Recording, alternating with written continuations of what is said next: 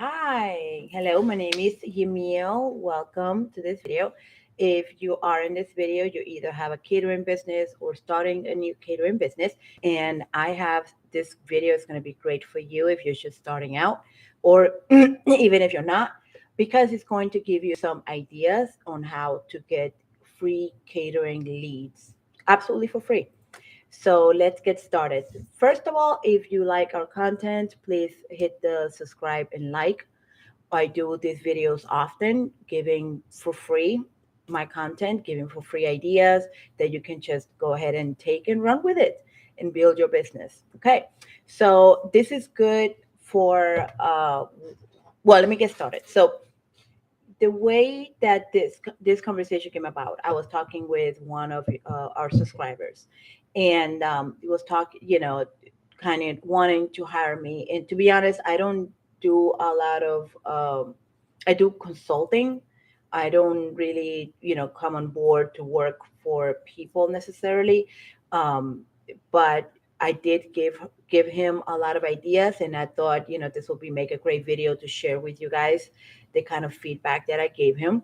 And so the number one tip that I have for anyone in business is that your contact list is gold. That is where the gold is. So, for example, this particular person he does sweets catering, so he does like desserts, and he does have like a little kind of food truck kind of thing in front of a Walmart store, and he wanted to do more catering things. He's really enjoying doing the catering things. So and he does have the infrastructure to do that already built. So it's a matter of just being able to book more of those. And so he's already done a few. So the first suggestion that I made to him is to create a database with all of those people that have already been in contact with him, that he has already done business with, name, email, phone number, and even notes as to how that person was involved with it. Because what we don't starting we need to start understanding is that one person that has come in contact with your brand, it's like ants. This person can open doors for their employer, can open doors for their cousin, can open doors, for the wife's and husband's employer, to do another, to do more catering events. So it's so important to have all of these data, like have an actual database, and have a goal in mind. For example, um, you got to have, for example, even if it's just a Google sheet, and it's the easiest thing in the world. You have a Google sheet, and you just add their names and phone numbers, emails, all that contact stuff. And let's say coming September, October, probably September, you want to start reaching out and saying, "Hey, how are you? I did. My name is Joe, and I did your daughter's 15th birthday, and on June. How are you? Everything is good, great. I was wondering, the company, do you work for a company? Do they do catering for the holidays?" It's just a question, right? And if you said, "No, I own my own company and it's all just three of us." Okay, what about your wife? And you just kind of try to keep digging, only because people, it's not that people don't want to help you, it's that people don't, you need to help them think of opportunities to give you to come on board. Okay. And oh yeah, yeah, that's right, yeah, you know what, let me find out from my wife. Okay, when can I call you? And just make a note of it, and if they say call me in 2 days, so you call them in 2 days, you add that to your follow-up list. So those are very important things, and those are free. They don't cost you anything to reach out, back out to your prior customers and look at potential dig for gold, potential other opportunities that could open up for you. So that's my number one advice. Even if you have just one client, make sure to keep that one client in a special database, Google Sheet, Notepad. I don't care. Just as long as you're able to retrieve that information a few months down the road and reconnect with that person. Uh, Once you get to a bigger scale, then of course you can have all those emails added into, create a simple newsletter. And so that's suggestion number two is to create like a newsletter, and it doesn't have to be nothing complicated. Don't complicate your life. All you need to do is even just create an item for the season, whatever that is. So if it's the holidays, just sprinkle some hearts, or I mean some stars, and create something like a simple thing. Make a video as you're creating it, or like a TikTok type of video, just nice, short and sweet. Boom, boom, boom. And then you send that video out like in a newsletter or an email, bulk email. Doesn't really matter if you have like 110 people, 20 people, doesn't matter.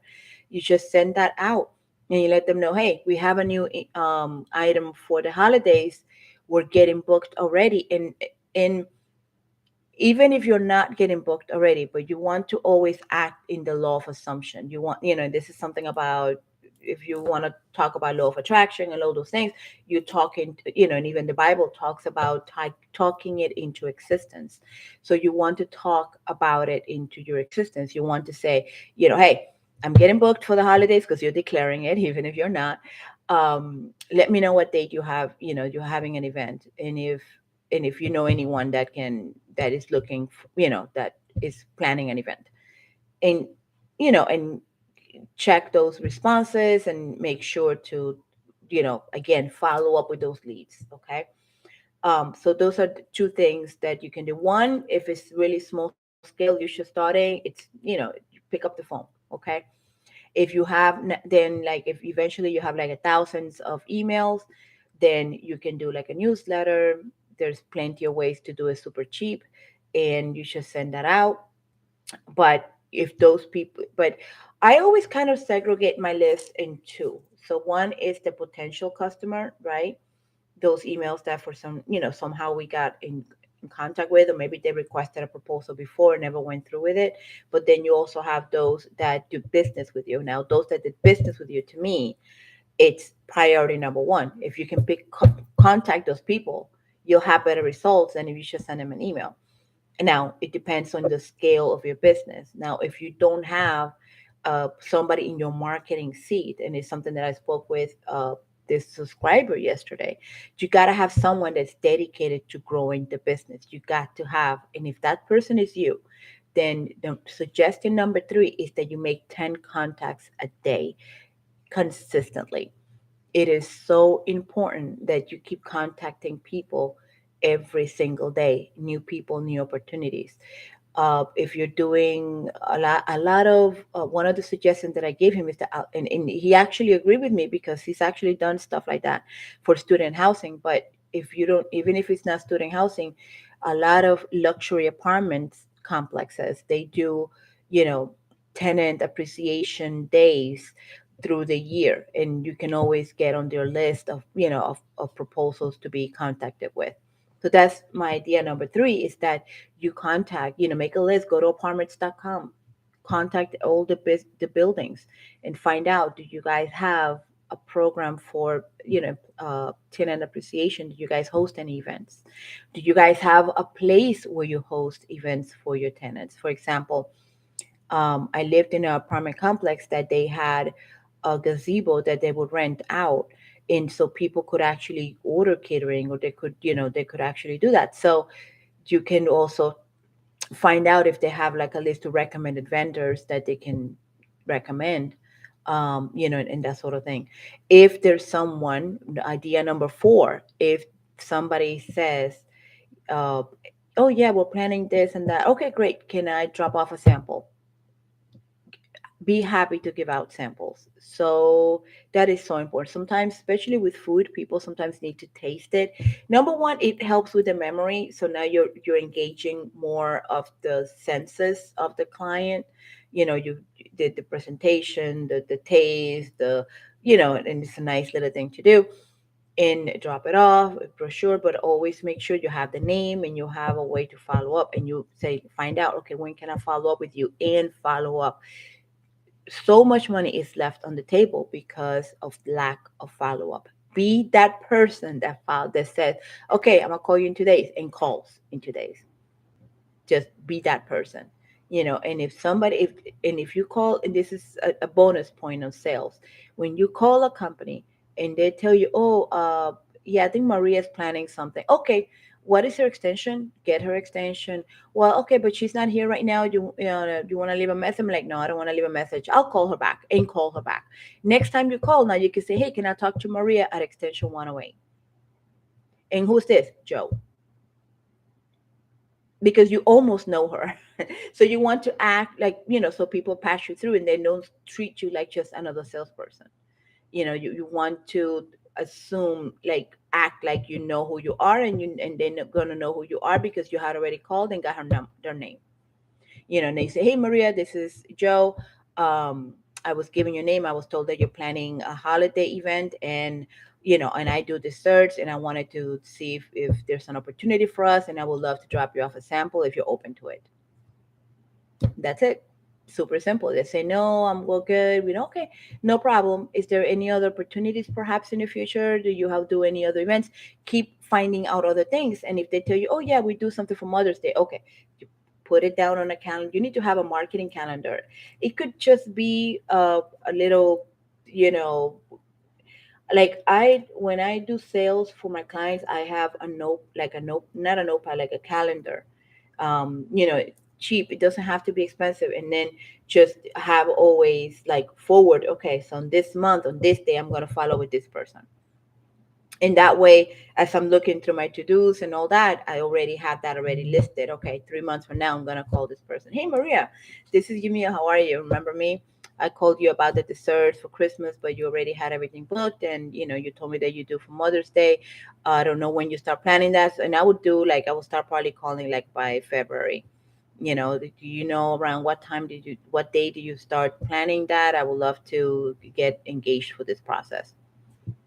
That simple. Okay. Another thing, and this would be my last thing, I don't want this video to go too long, but it's that you gotta have, and I think I made another video about this, proposals already kind of, of course food costs are going crazy. We know that, but have something that is almost plug and play that you can easily put that out there.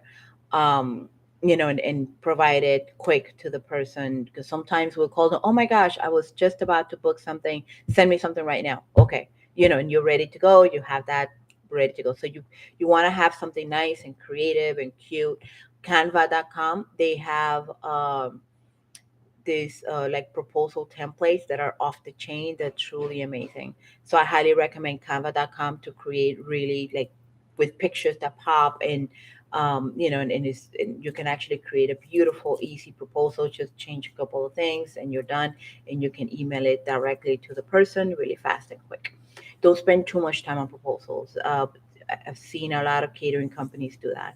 And when you do that, I mean, at the end of the day, it's going to be based, most of the decisions are based on relationships, based on the experience that they've had with you before, if they have tasted your food or not.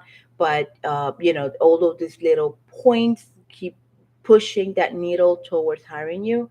So you want to create as many touch points as possible that go into the brand, that go into the potential, and all of those things.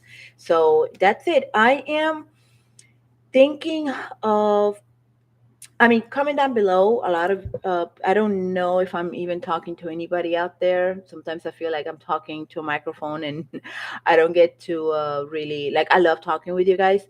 So, I'm thinking of creating maybe like a Facebook group or something that we can for accountability, because I think as business owners, and I can speak to myself as well, a lot of times business owners, we don't have like another business owner to kind of say, hey, I did my 10 calls today, and so these are the results, and kind of keep each other accountable, because I know as a fact that it takes time to build a new habit, in the habit of making 10 contacts a day. And I prefer, I mean, I would say I would give you super kudos if you pick up the phone and call somebody. But if you don't, even if it's by email, by social media, LinkedIn, however you do, that you have a place to go check in, and hey, I did my 10 today, and because let me tell you, do 5 times a week, 10 a day, that's 50, 200 a month. that is going to do something for your business. So even if you do like a short challenge, 30 days, a month challenge, and I think that's what we'll do. We'll do like a month challenge, but just let me know down below on the comments. Yes, I want to do this, and then I'll create the group, and I'll invite all of you to be a part of it. I think that will be really great, and and we can all cheer on each other. Yay! And you may have some new ideas that to bring to help other people, and we can create a community. And I think for this first challenge, we'll do it for free. The next time, we'll charge a little bit, because I do believe you've got to put some skin in the game to make it through. If it's free, many times people don't appreciate it. So we'll do like a week for free. And then, if you want to join the paid group, you can, and we can grow businesses together, and I'll join in. I'll do the same thing. Like, I'll be honest with you, I have a couple of proposals that I have to do for to actually work for companies to do their marketing. And I just realized too, if you find something that you don't really pushing through and you're procrastinating on, it's because it's probably not what you're supposed to do. You really do listen to that. And one of the questions that I ask the people that I talk to is that, are you loving what you do? If you're loving what you do, it's not a no-brainer. It doesn't matter the money will come. But if you're not, like, I love teaching and helping people learn new skills to do more marketing, better marketing, and grow their business. I don't necessarily like to be the one doing it. Like, I like being the coach, the director of the orchestra. I like to, come on, let's go, let's do this. I don't necessarily, I think I'd rather teach you how to fish than fish for you, if does that make any sense. So that's really, so I have a couple of people to call them and let them know, I'm not interested in doing that, but I am interested in helping them develop a sales team, or helping them, help them grow their business, but more from a coaching standpoint. So anyway, let me know, comment down below. If I get 5 comments, I'll be opening up the group, and I'll announce it. And yeah, let's do that. Okay. All right. I'm going to put a link for a Google form to see who wants to join in the group, the challenge. There will be a business building challenge, and doesn't matter what kind of catering you do. There's always opportunities, and if it's social, I'll show you how to get more social, like weddings and that sort of thing. If you do corporate, I'll show you what to look for in corporate. I have some great ideas, but I'll leave it for the group.